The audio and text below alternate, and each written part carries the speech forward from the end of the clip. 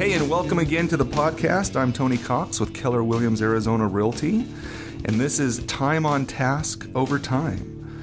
I'm the productivity coach in our Market Center, and I'm joined again with our Market Center administrator, Heather Honnold. How you doing, Heather? Good. Good morning, Tony. Thanks again for being here with me. Thank you for having me. So I wanted to talk today about one of the differences between a professional and an amateur. And if you observe professionals in any field, professionals will practice and they will rehearse. They take time outside of their performance to prepare for their performance. Right. For example, Heather, can you think of any profession that requires practice and rehearsal? Absolutely. How about surgeons who do high-level surgeries, any surgeries? They spend hours in a cadaver lab working on cadavers with an entire team, practicing for those types of procedures. And if you're the one who's going under the knife, I sure hope that they're doing that. let them make the mistake on the cadaver so that they're prepared when it's live. I think there's a lot of real estate agents who are butchering their clients because they're not prepared. They haven't taken the time. Yeah. How about an attorney? I have a friend who's a paralegal in a law firm, and a number of the attorneys are trial lawyers. And she tells me that they'll go into an empty room, they'll set up 12 chairs, pretend that's the jury, and they'll practice, they'll rehearse their opening statements to those empty chairs over and over and over again. Or they'll pull her out of her desk and put her in a pretend, witness stand, and they'll say, all right, you're this witness, and they'll grill her and they'll practice their questions on her so that they know what to ask and they're prepared when they go into court. Right. Well, Steve Nash is another great example. I have heard that he actually, after a game, will stay and practice free throws until he hits 250. So after a game, after he's exhausted, he's still practicing 250 free throws before he's probably getting to bed at 2-3 in the morning. Ridiculous, but that's why we love Steve Nash. That is why we love Steve, and we do love Steve Nash. Go Suns. Absolutely. And that's a professional. I heard a musician, a pianist, a concert pianist say this once. She said the difference between an amateur pianist and a professional pianist is that the amateur will practice a piece until they can play it well. The professional will practice a piece until they can't make a mistake. Well, that's powerful. Yeah. And in a real estate profession, are you practicing your profession to where you can't make that mistake? Right. I've got a bunch of other professions. I'll go through the list here. The military, these special ops teams will practice weeks before an operation so that the operation becomes almost muscle mass. Absolutely. Pilots, do I even need to go into pilots? If you're on the flight, you're hoping your pilot has up-to-date training, weekly, monthly training on flying that plane. Yes, please. You go to a play, obviously, you're going to pay good money to go see a live play. You're hoping that these actors have rehearsed and they know their lines and they're ready to go. Right. And I just had another one.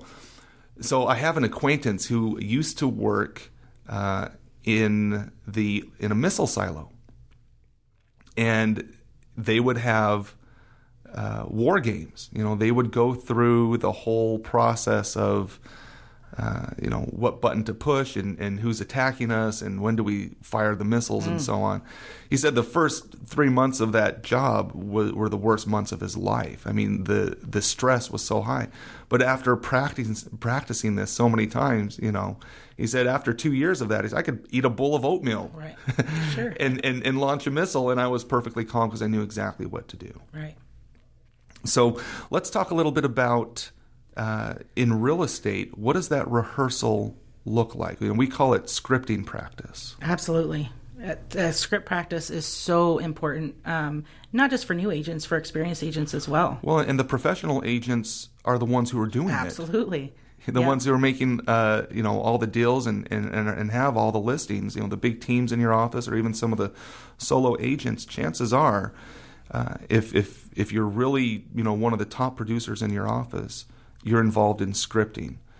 And can you do scripting practice alone? No, definitely not. You need a partner or two even to practice with and to practice your scripts, the scripts work, and dealing with somebody who's willing to give you objectives that you may hear, objections that you may hear with an actual client, and practicing for that. And we have scripts for everything. Everything, door knocking, cold calling, for All that lead generation stuff. Absolutely. But your buyer presentation, your listing presentation, your objections, getting a listing price reduced, anything you need, we have those, and they're at your fingertips. And that's what's crazy with Keller. If you're part of Keller Williams, you have access to the website. And I kind of consider myself as the productivity coach. I consider myself a collector of scripts, and I'll tell you where I get all my scripts, and you can get them as well. They're Camp 443, 3612.3, and if that's all you had, there's wonderful scripts there. But there's Buyer Mastery, Seller Mastery, Success Series has some great scripts, and if that's not enough, sign up for Bold.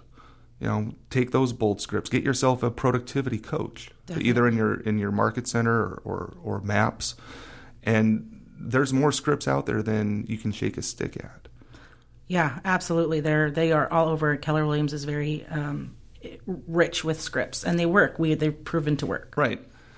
And the first time you sit down with someone, and I would say, our challenge for today is find someone, if you're not doing this, find someone in your market center. Say, hey, 7:45 tomorrow morning, let's go for 45 minutes. We'll be done by 8:30. We can listen to Power Hour after that. But bring some scripts and let's role play this out. And be prepared for it to be awkward. The first time through a script that you don't know, it's going to be new. It's going to feel weird. Definitely, which is the key to practicing it, so that you feel weird with your partner rather than an actual client. Exactly. Yeah. And let it feel weird. Own that awkwardness. Right. And that's okay. Let that happen. Be prepared for that. First time through the script, it's going to be shaky. You're going to stumble over your words. It's going to feel unnatural. Right. Because we're not born with these scripts. We're not born with these skills. The second time through, it's going to be a little bit better. By the 10th, 50th time through, you're going to own that. And it's not even going to be the script anymore. It's going to be you. Right. And so, anyway, that's our challenge. And I know people in our office do it 3-4 times a week. Absolutely. Some of our top producers, Yes. they find that morning hour, and it's either on the phone or they grab a conference room, and they're working all of these scripts. And they're working with each other to improve their dialogues in their business. Absolutely. All right, I got another quote for us. Right. This is Bobby Knight. I like this one. He says, most people have the will to win. Few have the will to prepare. Definitely. So true. We see that all the time. Awesome. Heather, thanks again. Thank you again for having me. You bet.